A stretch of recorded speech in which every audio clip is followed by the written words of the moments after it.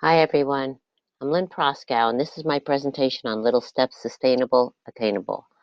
Please excuse I have a very bad cold, so if I sneeze or cough, I'm very apologetic.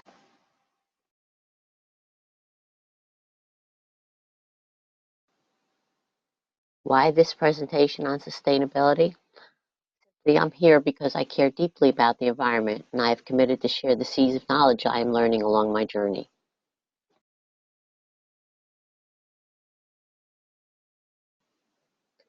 Actually, my journey to now started a long time ago.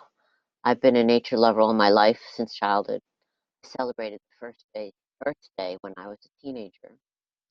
I've become an organic gardener, an avid composter, a permaculture enthusiast. A couple years back, I said, you know what, I should be doing more. Even though I feel like I'm doing a lot, I knew I could be doing more. So I found a program that I was able to uh, apply for. It was New Jersey Learns Educating for Sustainability program back in 2014 through the Cloud Institute. It was a year-long program, and it was pretty challenging for me because I was with a whole bunch of educators and teachers and principals, and I didn't have that educational background. But I learned a lot, and it put me on another path to finish up and get my degree in sustainability studies, and that's why I'm here at UMass now, current student. And I'm getting up in years. I'm getting ready to retire, and I'm probably going to be a future raging granny because I do believe in activism and also sharing elder wisdom. There's so many things that need doing, and we can all take little steps right here and now to live more sustainably.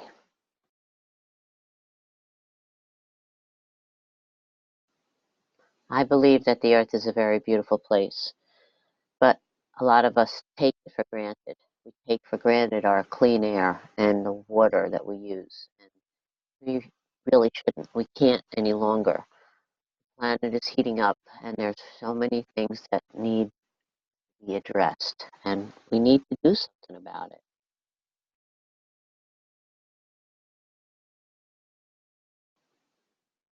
I truly was a lucky kid growing up. My parents exposed me to nature and gave me a lifelong love of learning.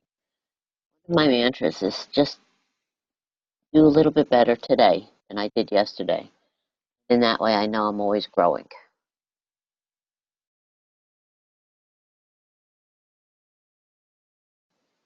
One of my favorite movies of all time is It's a Wonderful Life.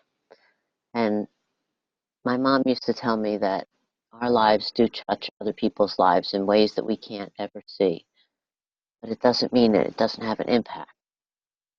Our choices really do make a difference, not just for ourselves, but for other people and many other beings on this planet. We have an impact every day.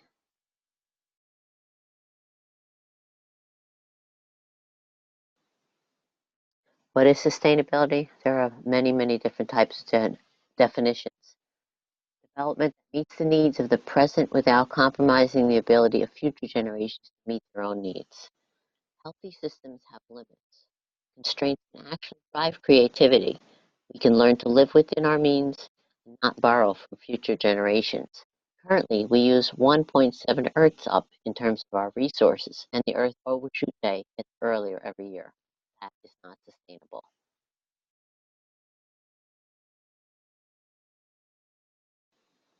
1.7 Earths.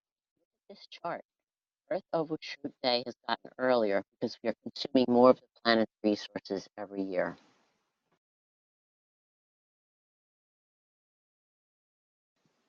Earth provides enough for every man's need, but not for every man's greed. Mahatma Gandhi.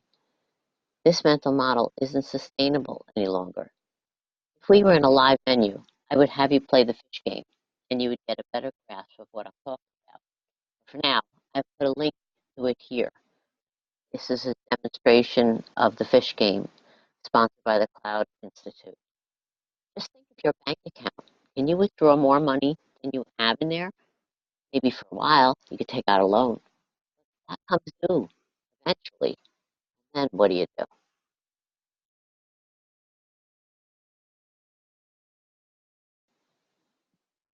We are at a crossroads now. As humans, we are interdependent on the natural systems of the planet we rely on. It's everyone's responsibility to do what one can to make a difference.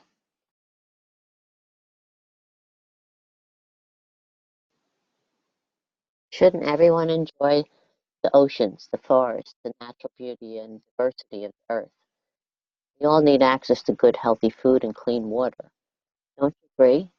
We're all in this together. There is no planet B.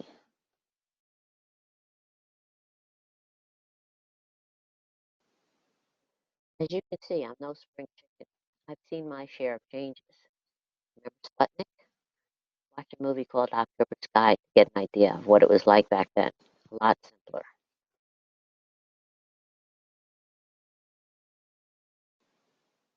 So that's why sometimes computers are very frustrating to me.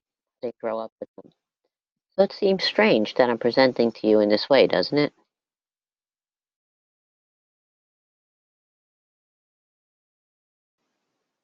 So that's why I'm going to school now, to learn, to grow, communicate more effectively with others in this new digital age.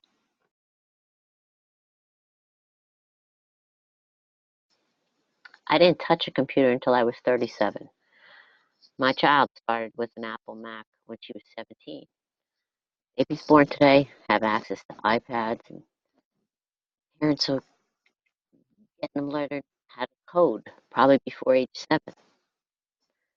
I'm trying to embrace technology so I can share these messages.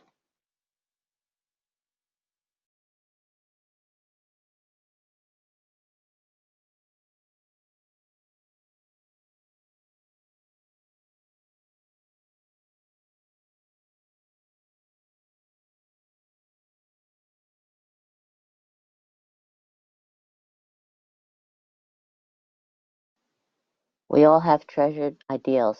These are some of mine: the environment and biodiversity, truth and freedom, commitment and caring for each other and all of life.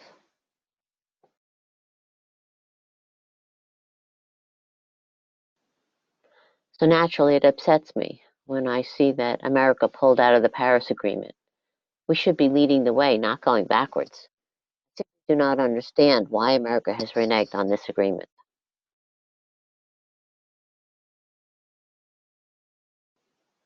5,420 million tons of CO2. That's alarming. We should be alarmed. We can do better.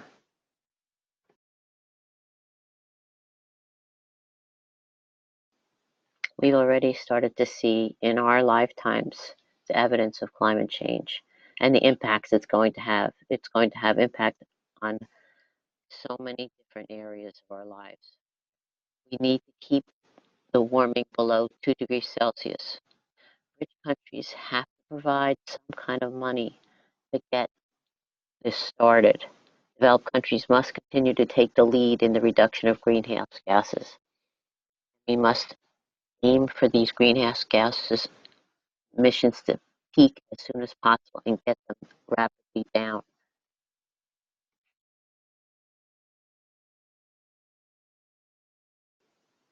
We are number 2, just behind China in terms of greenhouse gas emissions. China is still committed to the agreement. The US is not. On a per capita basis, which simply means per individual person, the US pumped out more CO2 than China and India combined. We have a really big footprint.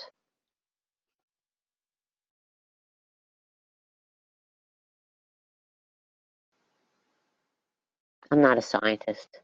I'm not even an educator. I'm simply a person that cares, and I want to learn.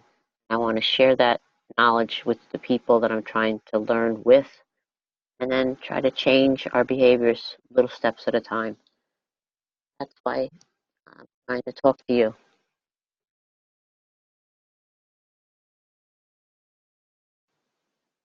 Some of the little steps that I've taken are very easy to make, but they can make a big difference. Reduce, simplify your life, stop buying so much, practice minimalism. Look at the real costs of the consumerism for this planet.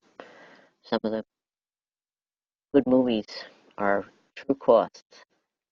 that talks about the fashion industry and how all that cheap fashion really impacts the planet and the people that make the clothing. You've seen what has happened in Bangladesh. Reuse.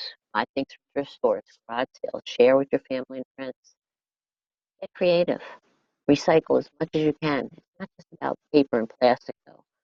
Donate things. Give to Free Cycle, community swaps and gift takes. Here's one of my favorites, the rot.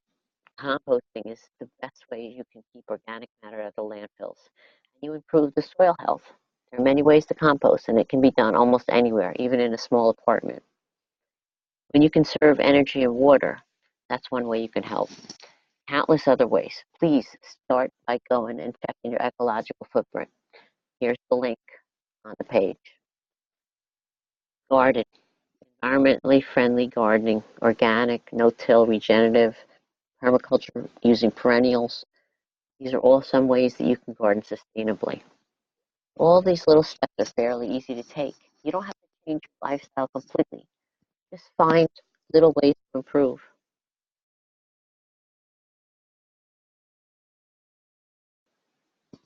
If you take nothing else away from my presentation today, please remember this: the Earth's health is our health.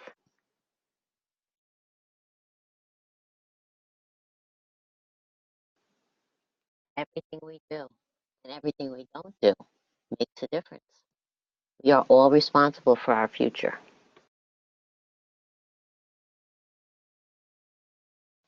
So that's why I walked in the climate change march in New York City, why I ride my bike for errands, why I will be a raging granny, and why I compost.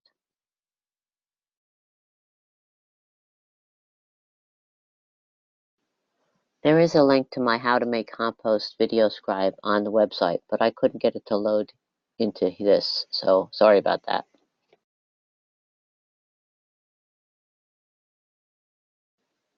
I'm an organic gardener, so I make a lot of compost, and I'm trying to nudge you in that direction too. Composting is probably the easiest thing I do. I use my vegetable scraps, used paper towels, coffee grounds with filters, eggshells, and any old inedible food left over. Put them in a can with the lid under my sink. The can is lined with paper and plastic, and when the can is full, I set it out into one of the many containers in the garden. I cover the kitchen scraps with dried leaves and other garden wastes and let it rot. I don't turn it. I don't, I let it sit there and it decomposes. I get lots of worms.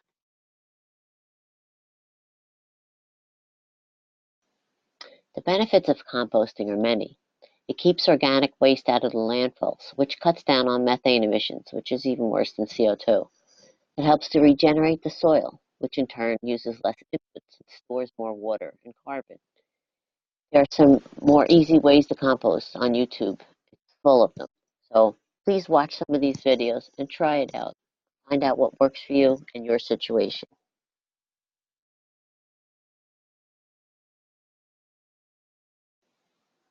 I'm going to be busy in my retirement. If not now, when? I hope to learn with people who are as eager as I am about sustainability and discover what changes they are making. So please keep in touch.